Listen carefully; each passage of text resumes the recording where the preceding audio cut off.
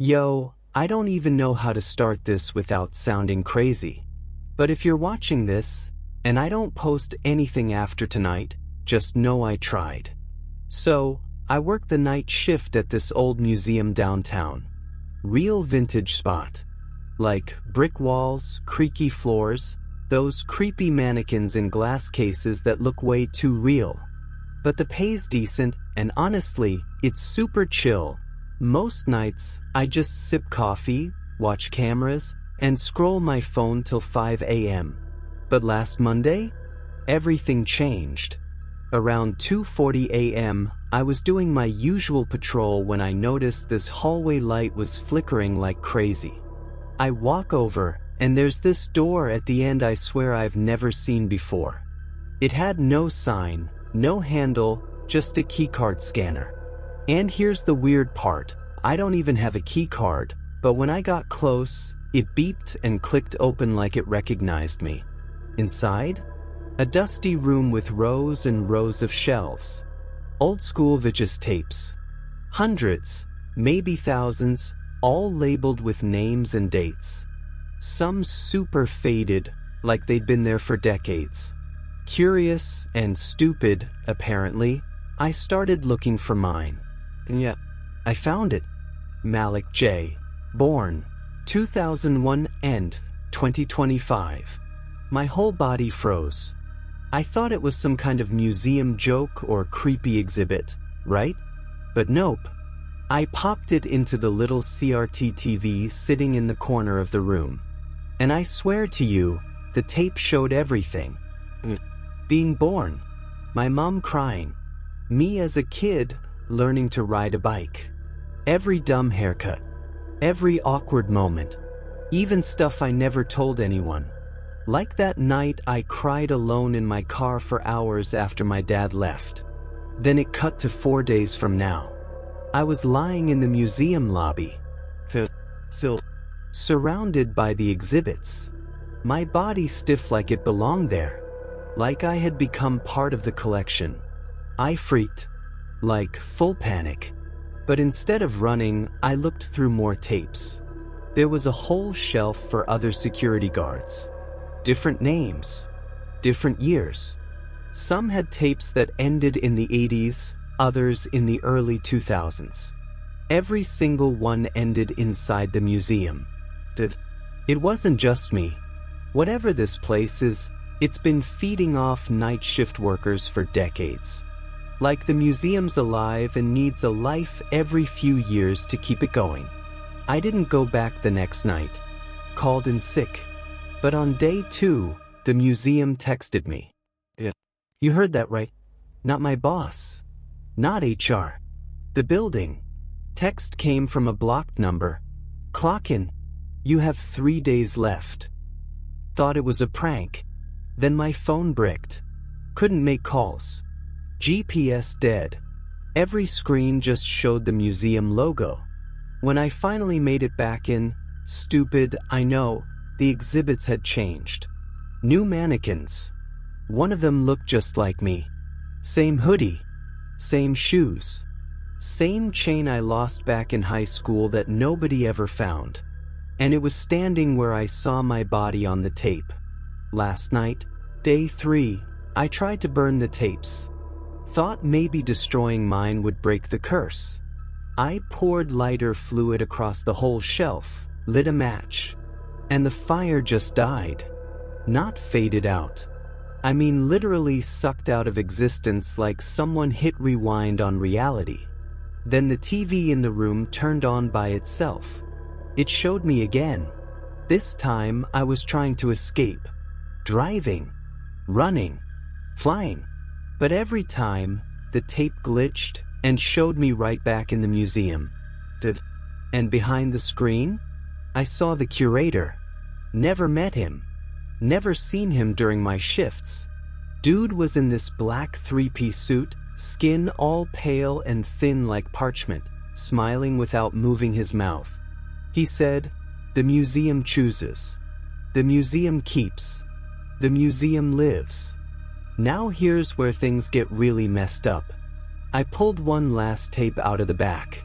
Label was scratched, but I could barely make out the name. Malik J. 1994 to 2020. That's not right. I was born in 2001. I put it in the player and bruh, I kid you not, it showed someone who looked just like me. Different haircut, older style clothes, but same face, same voice. He worked at the museum too, and his tape ended the exact same way mine did. And then it hit me. I'm not the first me this building has trapped. I've been recycled. Like it's using versions of me from different timelines or realities over and over again. And this time, it's just my turn to die. It's 11:17 p.m. I've locked myself in my apartment, all mirrors covered. Laptop running on backup battery. The story? I'm uploading it to every platform I can reach. I've got one last plan. One chance. But I can feel it watching me. Every creak, every shadow, every notification I get, it's like the museum's trying to pull me back in. If you hear knocking on your door and no one's there, if you wake up with sand in your shoes and don't remember leaving your bed, if your own reflection smiles just a second too late, then maybe you're next. Because I just found another tape, and it has your name on it. All right, let's keep this going. We're heading into day 4 now, the final day. The tension's rising, the twist is tightening, and things are about to get real strange. Let's jump back in. All right, so I made it through the night. Barely slept. Had every light on. My door was double locked, windows covered with blackout curtains and duct tape. But when I woke up this morning, there was a visitor pass from the museum sitting on my kitchen table. I live alone, and the door was still locked. I almost lost it, but I knew what it meant. The museum wasn't waiting anymore. I packed everything, my phone, a flashlight, a crowbar, even my old Bible from childhood. I don't know what I thought I'd fight off with it, but it made me feel less alone. As I left my building, I noticed something. The sky looked wrong, like the clouds were stuck in place. And everyone walking around me, they weren't blinking, just staring ahead like mannequins on a track. I think the museum was bleeding out into the real world. Like my time was almost up, and it was pulling reality toward it, or me into it. I stood outside the front door. It was already open. No alarms, no lights, just darkness breathing through the doorway. The exhibits inside had changed again. The dinosaur skeleton? Gone. The Egyptian sarcophagus? Gone. Everything was gone except one new exhibit. A giant mirror, and in the reflection, it was me. But not how I looked that night. The version of me inside the mirror was calm, smiling, wearing the same outfit as that mannequin from before. And he raised his hand like he was welcoming me home. Behind the mirror was one last tape. It wasn't on the shelf. It was just floating there on a little black pedestal like some ancient relic. It was unlabeled, just my initials burned into the plastic. When I slid it into the player, the screen didn't show my past. It showed my choices, all the forks in the road. Moments I almost quit this job. Moments I almost burned the building down. Moments I almost never applied. And then it gave me an option. Switch. Suddenly, the room twisted. Like I wasn't standing in the museum anymore, but inside the tape. The curator appeared again, only this time he looked like me. Same face. Same hoodie. Same tired eyes. The museum feeds on fear. But once in a lifetime, it finds someone with the right soul. The perfect fracture. A gateway. You're not food, Malik. You're a key. And then it hit me. They didn't want to kill me. They wanted to use me to open something. Something on the other side of this reality. A realm I was never meant to see. Suddenly I wasn't in the museum anymore.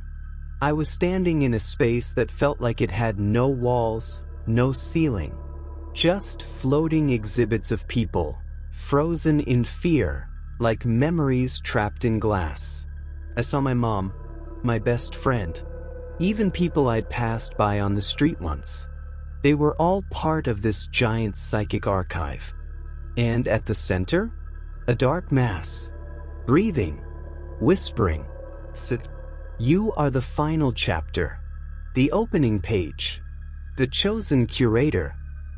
It offered me power, control, immortality in exchange for letting it into my world. But I remembered what the tape said. I had a choice, fit or switch. I don't know what I expected, but when I said the word out loud, everything cracked. Reality folded inward, and I woke up, back in the security office, sweaty, but alive, except everything felt off. The date on my phone? April 6th, 1997. I wasn't in my body. I had switched. Now I'm living someone else's life. Someone from 1997. A young museum guard, just starting his night shift. And guess what I found sitting on the desk in front of me? A VHS tape, labeled Malik J. 2025. So yeah, I escaped the building. But I didn't escape the loop. I just traded places. Now someone else is walking around in my 2025 body. And me? I'm stuck in the past, waiting for the future to catch up and do it all again. Unless I find a way to break the cycle. Wanna explore what happens next in 1997? Or leave it right here as a haunting cliffhanger? You tell me. Got it. Let's wrap this up with a chilling but satisfying ending. Here's the final part of the story. So now I'm here, in this dusty old office, rocking a janitor uniform that smells like cigarette ash and mold. Flip phones ain't even out yet. Nobody knows what Wi-Fi is. The museum looks the same, but older. Creepier. Almost like it's younger and hungrier. I've been trying to keep my head down. Pretend I belong. But the worst part? I'm starting to forget. Little stuff at first. My last name, my mom's voice, the city I lived in. Now even the face in the mirror doesn't look like me anymore. And then, tonight, right before clocking in, I found a new tape. No dust. Fresh ink. Final curator. Inside was footage I'd never seen before. Future stuff. Cities with floating cars. My old body, now inhabited by someone else, and he looked happy. Like he made peace with whatever came after. But here's the messed up part. That floating black mass? It was still out there. Growing. Watching. Feeding off every person who ever entered this loop. Turns out, this wasn't about me at all. It was about preservation. The museum ain't a building. It's a cage for something cosmic. And we, the guards, the keys, we're just the locks that keep it sealed. My job now? Stay put. Keep the door shut. And pray the next guy doesn't choose wrong.